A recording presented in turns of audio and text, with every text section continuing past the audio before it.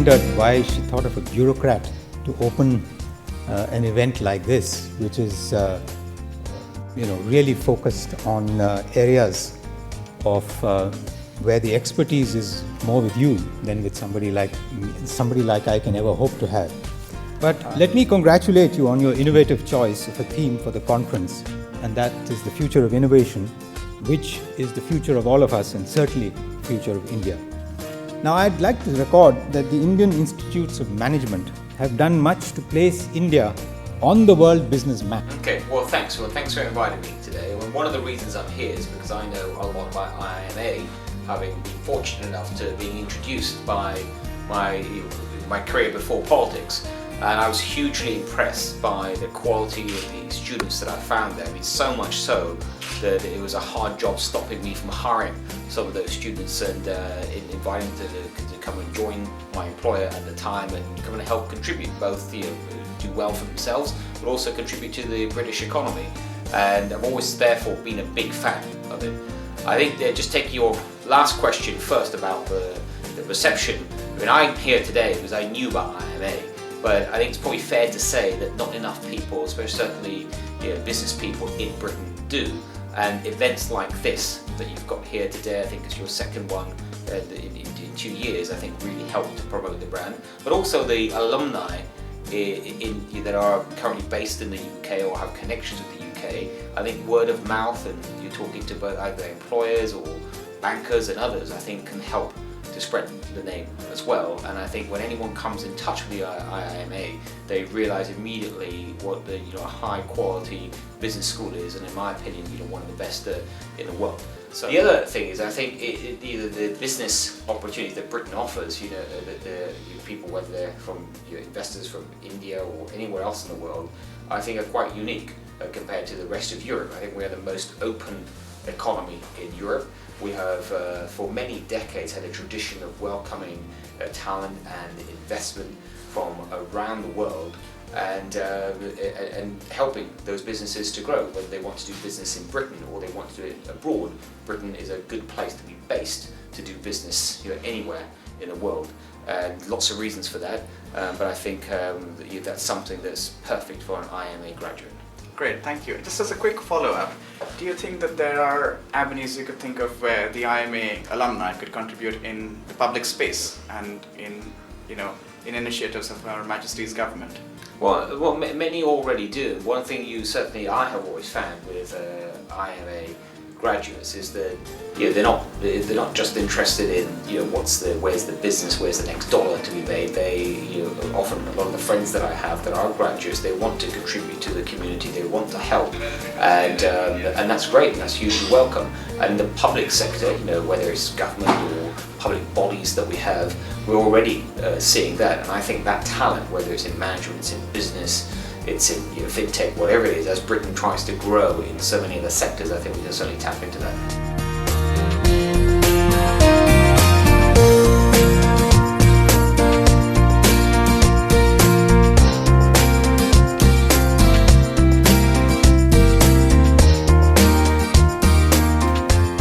This was a great event, and in terms of the quality of the panelists and the people who attended the event, as well as the great audience that came out.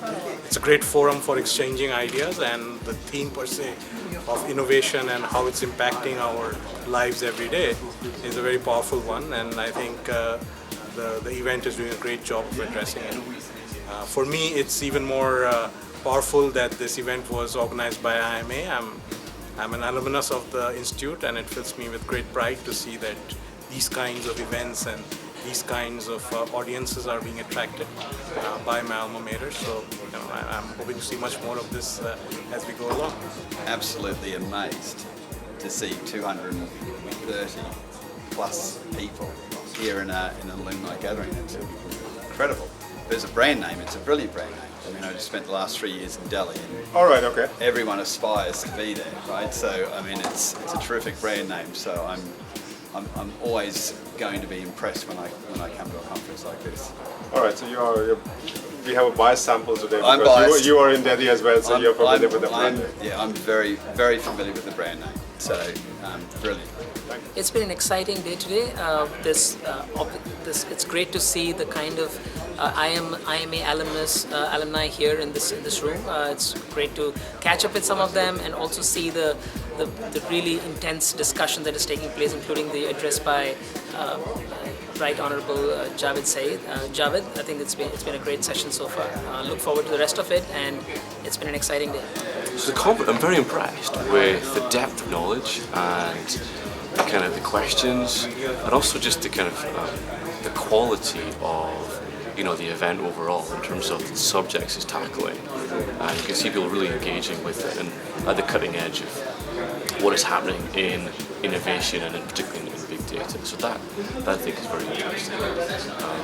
And I hadn't heard about the IIMA beforehand, but as I did sort of a bit of my research before I came, and I'm surprised I hadn't heard of it, and it's something I'm certainly going to be looking at very closely. We have a big operation in India, as Thomson Reuters, and I think it's something that we want to continue to link into the best schools, into the best people, and we see our future leadership coming from India, and that's something that we have as our corporate strategy.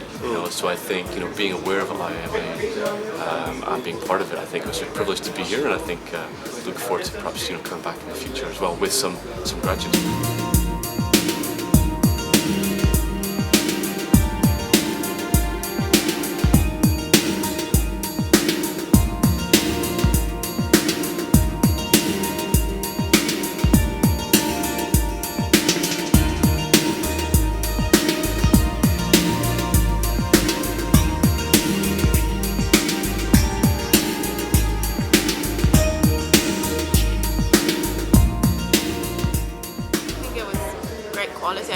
I go to and I've moderated a couple of these now. Okay. And I thought it was great because we had a bit of a balance, both I guess geographic, which is interesting, not to always hear about the UK, which gets a bit tiring, but also we had people that had been working in financial services for a long time, but now invest in companies. I thought it was quite good.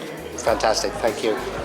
One of the key objectives of the event is to promote the salience, the profile of the IIM Ahmedabad brand.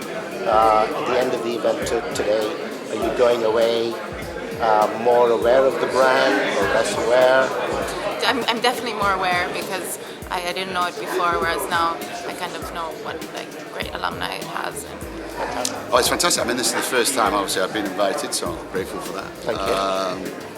I think what's fascinating is how, what we can learn from here, how we could bridge the gaps from here into India and vice versa. I think the UK, the amount of startups and fintechs here, a huge amount of application we take to India and learn from India, bring to this one. So it's great to, I'm looking forward to mingle a little later.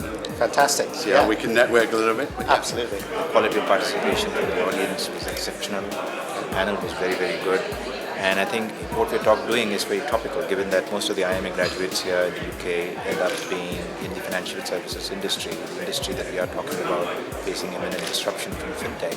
So I think it is very topical. It is topical not just because we are IIMA, but also because London is indeed the world's premier financial services hub. And as we heard the business secretary speak, there is a lot of push from the government to make sure that we balance our responsibilities as a country within the European Union, at the same time not lose the essential flavor of what makes London a great place for the financial services marketplace.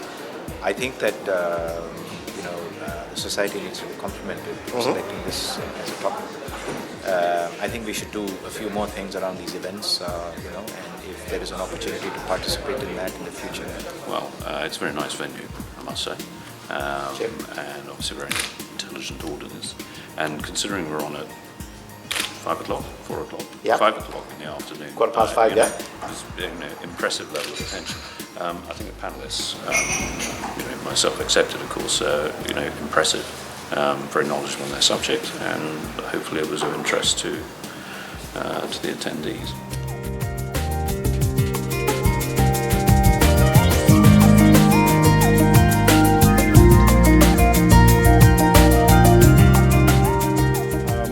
And so, first of all, I think it's clear entrepreneurship, innovation is critical. That's been established from the times of the Nobel Prize winner Robert Solow, who discovered that economic growth, only a very small fraction of that can be explained by productivity, and a very large part of economic growth across countries, across nations, and over time is because of innovation.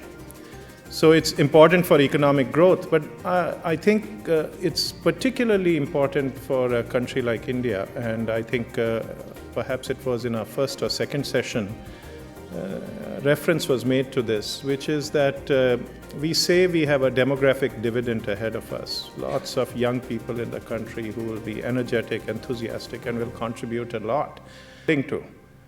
So even as innovation is critical, what is important is a climate for innovation should be created rather than champions for innovation be picked. This is an old kind of piece of work in economics. Whether you make potato chips or you make silicon chips, it doesn't matter. What you make is something that really contributes value. Unfortunately I wasn't able to attend the whole event, but I think, for me at least, as someone who's fascinated by the opportunities in India, it's great that there is an event like this happening in London, where you can have access to and insights from some of the best minds in the Indian business and tech community. So for me, there's a lot more that should be done and developed between the UK and India in terms of commercial opportunities, especially around tech. So it's been great to attend and start to meet some people.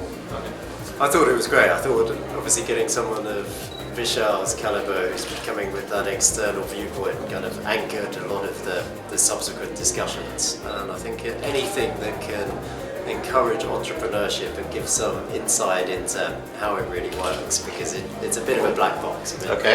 It's so hard for entrepreneurs to first take the risk and then to know about the various stages of scaling the business.